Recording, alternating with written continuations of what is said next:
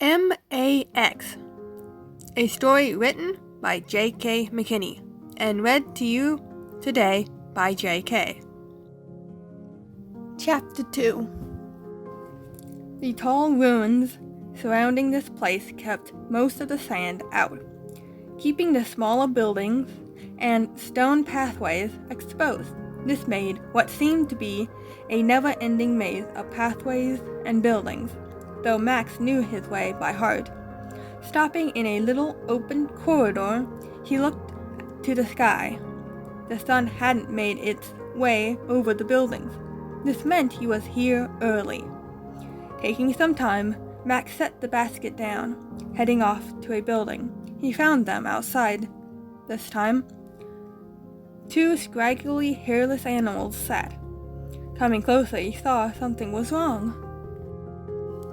The small tan one was nudging the other, which lay like it had always, but this time it wasn't moving, nor eyeing Max's approach, like it often did.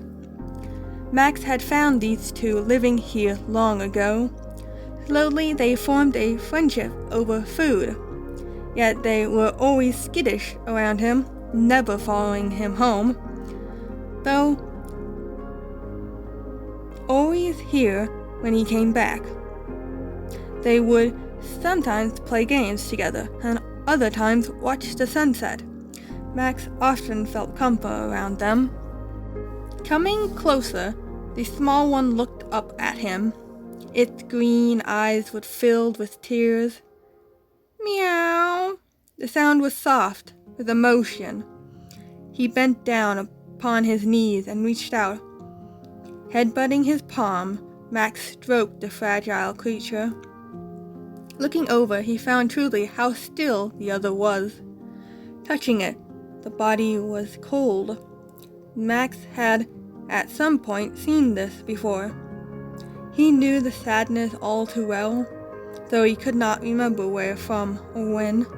He softly stroked the animal. The other one nudged him again with its face.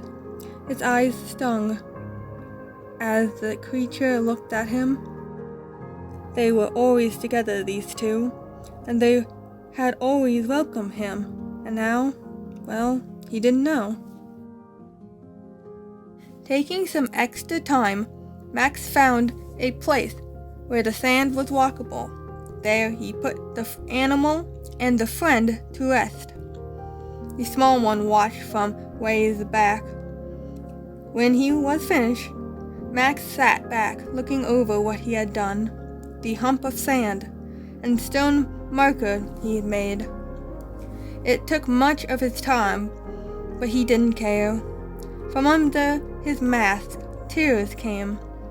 They spread down his face, washing away dirt and sweat.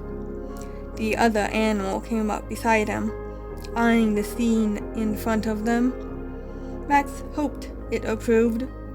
Standing, he finally realized the sun's heat. Time wasn't on his side. He needed to get going. Turning, he hurried back to his basket. Picking it up, he double-timed it, down his usual path, eventually leaving the city. Following a hardened path out into the sandy outskirts, he made it. Chapter 3. The bucket descended down the long, metal-lined hole, plunging deep into the murky green waters that laid at the bottom of the well. The bucket filled. Pulling it back up, Max pondered how much there was, how much water he used, and if he would ever run out of it. Setting the bucket on the hole's edge, he uncorked a bottle, filling it with the sickly green slime. Max did this with each bottle, then carefully set them back into the basket, making sure not to clank them together, as he didn't want to waste. Water would be hard to find without the well. Looking over the vast wilderness of sand and heat, he knew finding another source of water wouldn't be feasible. Once the basket was full, he headed back to his home. Entering, he set the basket down. Off to one side of the room sat a metal table-like thing. It was connected by 2 floppy wires from the wall. Hanging over the table was a curved pipe. Max grabbed a bottle from the basket and uncorked it. Setting it under the pipe on the table, he headed to the wall. There, in between the glass towers, was a bent handle. Placing both hands upon it, he cranked. Up on the roof, there ascended a pipe. Once all the way out, at the end it popped, sending out 2 metal fins. These caught the air, spinning like crazy. Max could hear the crackling through the wall, the sound of forgotten technology roaring to life. Coming back to the metal plate, he could feel the heat. The metal was hot. This was something he had always done, though someone must have told him how to use it once. Max struggled to remember who it was. Shaking his head, Max continued.